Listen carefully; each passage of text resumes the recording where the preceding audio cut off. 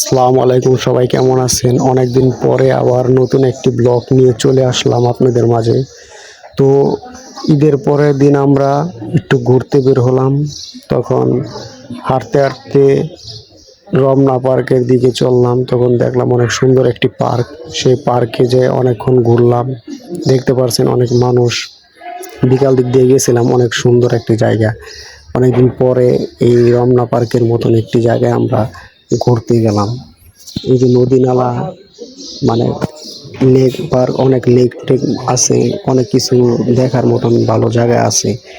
তো আপনারা দেখতে পাচ্ছেন এই যে আমরা এখন যাচ্ছি, ঘুরছি। কত সুন্দর একটি জায়গা, আপনাদের ভালো লাগবে, যাইবেন, যেয়ে ঘুরে আসবেন। আমি তো সময় পাই না, তাই এখন আগের মতন ব্লগ বানাইতে পারতাছি না।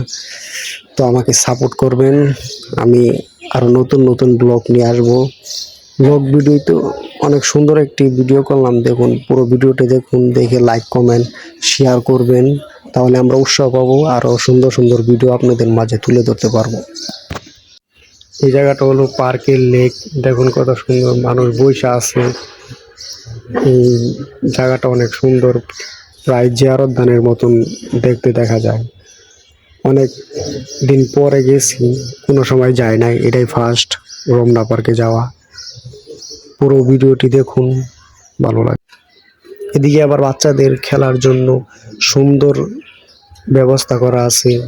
তো দেখুন, আমরা এখন ওদিকে যাচ্ছি আস্তে আস্তে হেঁটে হেঁটে।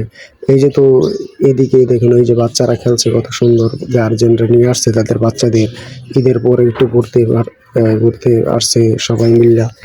এখন এই যে বাচ্চারা হাঁটছে, হাঁটাহাঁটি করছে, ঘোরাফেরা করছে। কত সুন্দর একটি মুহূর্ত। আপনাদের বাচ্চাদেরকে চাইলে নিয়ে যেতে পারবেন সেখানে। অনেক সুন্দর একটি জায়গা। ওই যে ঘোরার জন্য কিংবা ব্যায়াম করার জন্য এখানে অনেক জিনিস রয়েছে। সকালে মানুষ এখানে ব্যায়াম করে, এমনকি বাচ্চাদেরকে নিয়ে আসে খেলাধুলা করার জন্য।